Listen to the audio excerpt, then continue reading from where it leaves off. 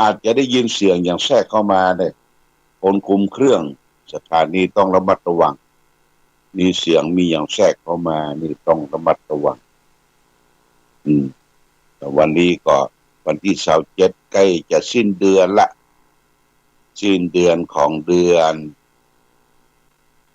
มีนาคมเมื่อเดือน27กุมภาที่แล้วไฟไหม้ไฟไหม้คนคุมเครื่องจะไปไอใกล้นะจะไปไอใกล้อันไหม้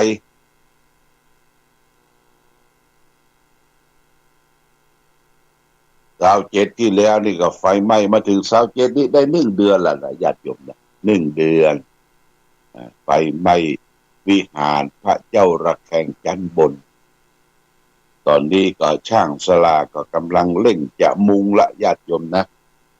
จะมุงไผจะให้จะหอมมุงหลังคาเป็นแมนทาชิดอย่างหนาสีเขียวญาติโยมสีเขียวยื่นตาเย็นใจหลังคาสีเขียวก็จะได้มุงแล้วก็จะได้ประดับประดาตกแต่งอย่างองค์เจ้าพลาละแข่งแล้วก็แป้นแก้วนี่ก็ได้รับทราบว่าจะมีเจ้าภาพแล้วญาติโยมเจ้าภาพแป้นแก้วจะเป็นไม้แกะสลักนะแกะสลักกุ้มแป้นแก้วเนี่ยปิดด้วยทองแล้วก็ใส่แก้วแหวนแสนชิงตามองค์เดิมป่ะน่ะเนาะองค์เดิมและเครื่องทรงปิดทองคำนี่ก็มีเจ้าภาพแล้วแล้วก็เจ้าภาพที่ได้มานี่ก็คือโต๊ะหมู่บูชาราคา20,000 กว่าบาทลูกศิษย์ลูกหาจากน้ำทิพย์ประสาน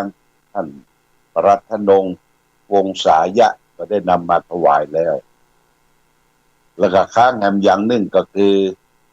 แต้นธรรมะที่เฮาใจเต้ใจแสดงธรรมที่มันเบิร์นมันไหม้ไปจัดงามญาติโยมเป็นแกะสลัก2 ชั้นเป็นแต้นธรรมะแกะสลักฝังด้วยแก้วแหวนแสนชิงนี่ก็ค่อยหากันค่อยว่ากันญาติโยมนะอันนี้เป็นเรื่องที่มันไหม้มันเสียหายไปเฮาก็จะช่วยกันทางสำนักปฏิบัติธรรมก็ตั้งตู้บริจาคไว้เป็นประจำวันญาติโยมนะเอามาบริจาคให้หอมพระพบหลวงพ่อก็ให้หอมหลวงพ่อก็เอาฮูกหรือผ้ายัน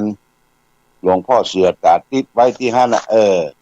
บริจาคให้หอม10 บาท20 บาท100 บาทก็ยิบเอาไปติดลกติดลาหลวงพ่อเสือตาติดเปิ้นได้นำเป็นผ้ายันมาแจกมาจ่ายคือแก่ศรัทธาญาติโยมพุทธาภิเษกเรียบร้อยก็ขึ้นมาก็มาให้มาหอมมาทำบุญด้วยกัน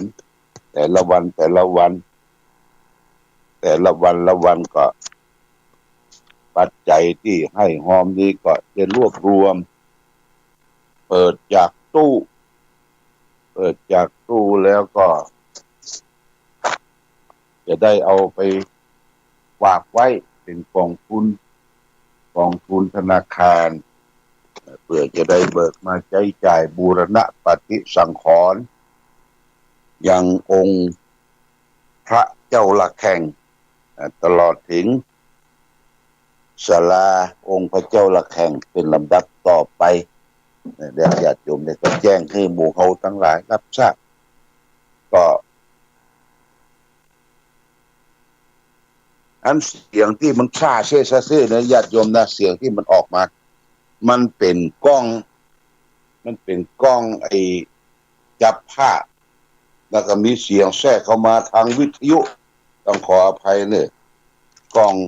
จับภาพมันแทรกเข้ามาทางวิทยุใครเดินผ่านกล้องนี่ก็จะได้รับเสียงออกแต่ว่านี้ก็มีเจ้าภาพที่มาร่วมทำบุญมีผอ.พิบูล อสอาจารย์ศิลพันธ์ดีสันสิงหสันติเนี่ยอาจารย์พี่บูลอาจารย์สิริพันธ์ดีสันดินแดงแม่ศูนย์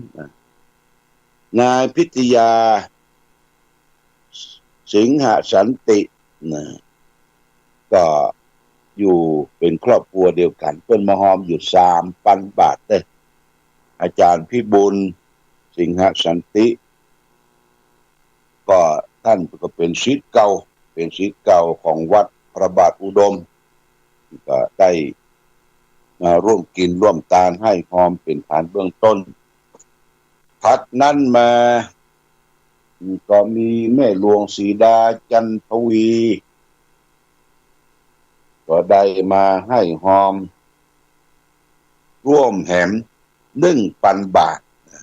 สมทบทุนในการที่จะบูรณะปฏิสังขรณ์องค์พระเจ้าพลาลักแข่งและก็ศาลาขอบคุณโมทนากับแม่หลวงศรีดาจันทวีพร้อมด้วยลูกหลานมาร่วมแห่1,000 บาทโมทนาสาธุพร้อมกันนั้นก็มีบัวโรมมณีโสพลบ้านไข่ในเนี่ยบัวโรมมณีโสพลบ้านไข่ในรวบรวมเป็นค่าไฟฟ้ามา200 บาทแล้วก็ร่วมทำบุญไฟไหม้แหม500 บาทเป็น700 บาทอนุโมทนาสาธุมาณโอกาสนี้พร้อมกันนี้ก็มีพ่อน้อยสวัสดิ์แม่ขันแก้ววงคำมีบำรุงสถานีวิทยุ100 บาทเจ้าของคงชะตาที่ซื้อชะตามาวันที่24ที่ผ่านพ้นมาแล้วก็มีสุชินแช่โง่นพพรทองบ่อพร้อมโดยครอบครัวพร้อมโดยลูกหลานถวายทานแก่แม่เท่างามปังปอยแม่เท่างามแม่เท่าอามปังปอยจากลูกหลานกทม1,000 บาทโมทนาสาธุเด้อญาติโยมท่านสาธุชนได้ร่วมกินร่วมทานนายเมืองจ่ายนี่สัมปัญญาเมืองใจสัมปัญญาเนี่ยเมืองใจสัมปัญญาแทน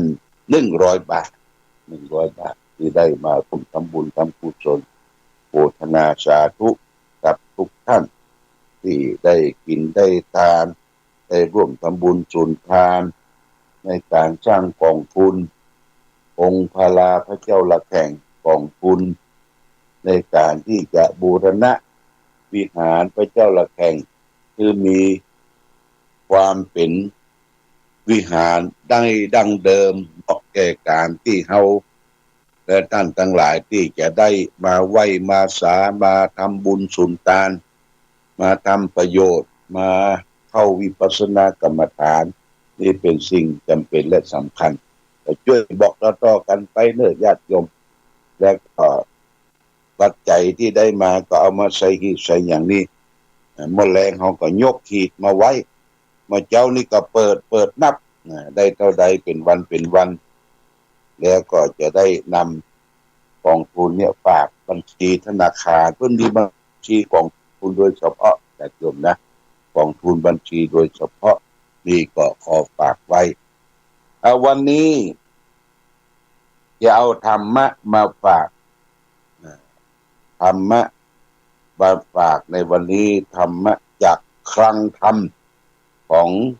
ท่านเจ้าคุณพระธรรมกิติวงศ์หรือทองดีสุรเดโชเรียนธรรมเก้าประโยคราชบัณฑิตว่าด้วย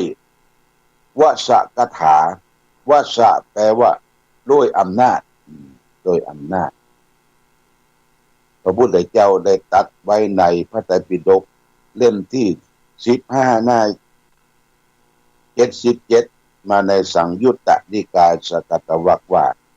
วโสอิสริยังโลเกอิถีพันธานะมุตตมังโกโทสัทธมะรังโรเกโยราโตกัตนิมัพพุทาอำนาจเป็นใหญ่ในโลกสตรีเป็นสิ่งล้ำค่ากว่าสิ่งทั้งหลายความโกรธเป็นมลทินของสัตราคือปัญญาในโลกโจรเป็นผู้ก่อความพินาศในโลกญาติโยมอำนาจวันนี้เรื่องอำนาจเป็นใหญ่ในโลกอำนาจเป็นใหญ่ในโลกหมายความว่าอำนาจผู้ที่ปกครองประเทศชาติบ้านเมืองเป็นผู้สั่งการบริหารประเทศเนี่ยเป็นใหญ่อย่างท่านนายกรัฐมนตรีประธานาธิบดีสั่งการจะคือไปลบทับจับศึกกับบุคคลใดจะเป็นโลกไปเบียดบังเอาประเทศอื่นแผ่นดินอื่นมาเป็นของตนเนี่ยคนที่มีบุญมาวาสนาทรงมีปารมีเนี่ยมักจะมีอำนาจแต่ก่อนเพิ่นแสวงหาอาณานิคมคำว่าอาณานิคมเนี่ยประเทศตะวันตกก็ดีประเทศทางยุโรปก็ดีเนี่ยอย่างอังกฤษฝรั่งเศสอเมริกาเปิ้นมียุทโธปกรณ์มีอาวุธดีๆก็เข้ามายึดเอาประเทศหลายประเทศอย่างลาวนี่ก็ถูกฝรั่งเศสยึดญาติโยมนะลาวยวนเวียดนามถูกฝรั่งเศสยึดแล้วก็เขมรพม่านี่ก็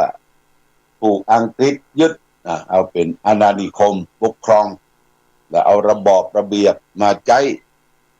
แต่ว่าเมืองไทยเฮานี่ญาติโยมนะในช่วงนั้นเป็นช่วงของรัชกาลที่4ที่5รัชกาลที่5เนี่ยเปิ้นบ่ยอมให้มายึดเมืองไทยแต่ประเทศที่มีอำนาจนะก็มาคุบเอาสถานที่ของประเทศเฮาอย่างพัตบองเสียมราชไปเป็นของ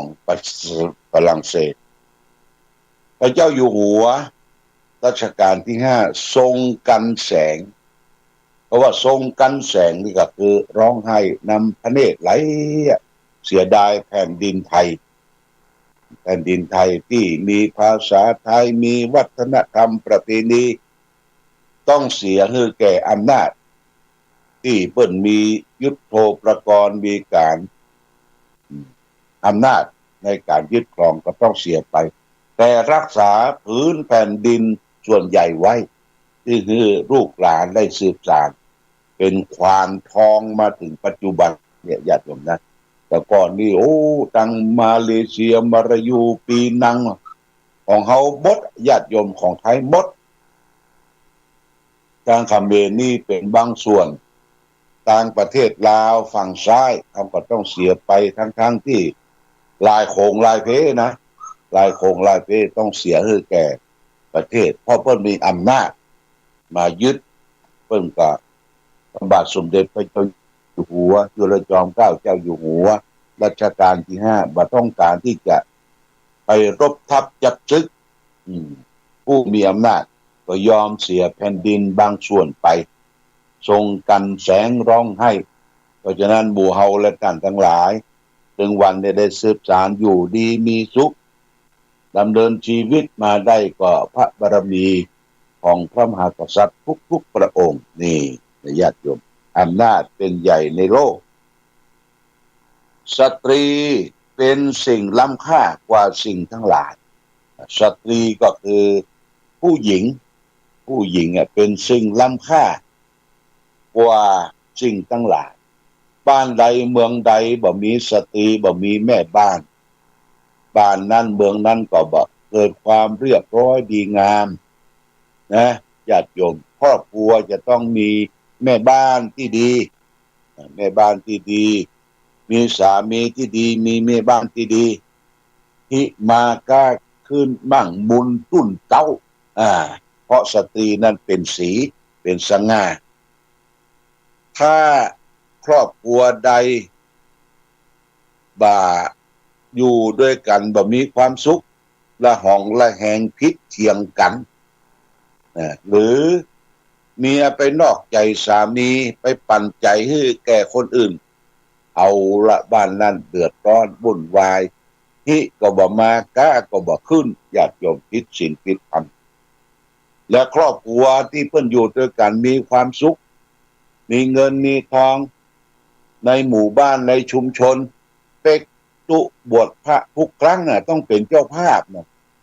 เพิ่นจะขึ้นไปบ้านขอเป็นเจ้าภาพบวชเนนขอเป็นเจ้าภาพเป็กตุเจ้าเพราะเพิ่นมีสตางค์เพราะครอบครัวเพิ่นดีเมียก็ดีผัวก็ดีทีนี้ถ้าสตรีภรรยาเสียชีวิตไปญาติโยมดูเหมือนจะขาดมือขาดถุงเต้งเดี๋ยวว่าขาด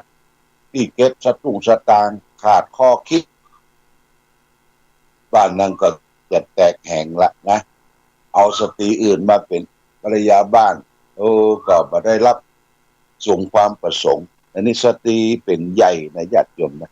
สตรีนี่เป็นสิ่งที่ล้ำค่าสตรีย่อมาจากสติสติแปลว่าความระลึกได้ญาติโยมเฮาเป็นสุภาพสตรีจะต้องมีสติระลึกได้อยู่ตัวทั่วพร้อมเอาอยู่วัยใดอยู่ในสมัยใดอยู่วัยใดก็รักษาเนื้อรักษาตัวแต่งเนื้อแต่งตัวให้เหมาะสมไปวัดไปวาจากกับพระเจ้าประสงค์จะไปกระโตกกระตากฮือด้วยความเรียบร้อยนี่คือสติคือสติสติเป็นสิ่งที่ล้ำค่ากว่าสิ่งทั้งหลายทีนี้ความโกรธเป็นมลทินของสัตราคือปัญญาเมื่อมีความโกรธเข้าครอบเนี่ยความโกรธนี่มันเป็นใหญ่กว่าปัญญาเฮาทั้งหลายเมื่อโกรธครั้งใดคราวใดนี่มันคิดบัดตันตั้งสติบ่ได้ก็ทำให้เกิดความเสียหายอันอย่างอยู่ใกล้ตีนใกล้มือปุ๊บเดี๋ยวบาลานซ์แตนแต้ไปหมดเพราะความโกรธความโกรธเนี่ยขาดปัญญาญาติโยมแล้วก็สุดท้ายโจรเป็นผู้ก่อความพินาศในโลกโจรก็คือคนลักขโมยยิบฉวยทำลายปล้นฆ่าสะดมคนอื่นเนี่ยเป็นสร้างความพินาศในโลกวันนั้นอาตมาได้ดูรายการเพิ่นทางโทรทัศน์เพิ่นเอาออกมีแม่หญิงคนหนึ่งเป็นคนพิการญาติโยมเป็นคนพิการอุตส่าห์นั่งรถเข็นรถวีลแชร์ไปขายลูกชิ้นเลี้ยงลูกเลี้ยงเต้าจนลูกเต้าได้ห้ามเรียนศึกษาไปขายลูกชิ้นแล้วก็ได้เงินสตางค์ก็บัดเท่าใดญาติโยมมีไอ้โจร500วัยรุ่นกินทุกกินยาไปขู่ตะคอกเอาสตางค์เพิ่นไปหมดบ่ฮู้จักคิดบ่ฮู้จักว่านั่นคือคนพิการแล้วก็เอาตีนไปถีบรถเข็นเพิ่นวันนี้หมู่นี้มันต้องไปไหนญาติโยมจะต้องไปประหารโดยบ่อันเอาขึ้นเครื่องบินไปถึงกลางทะเลก็ยูมันลงทะเลมันหนักโลก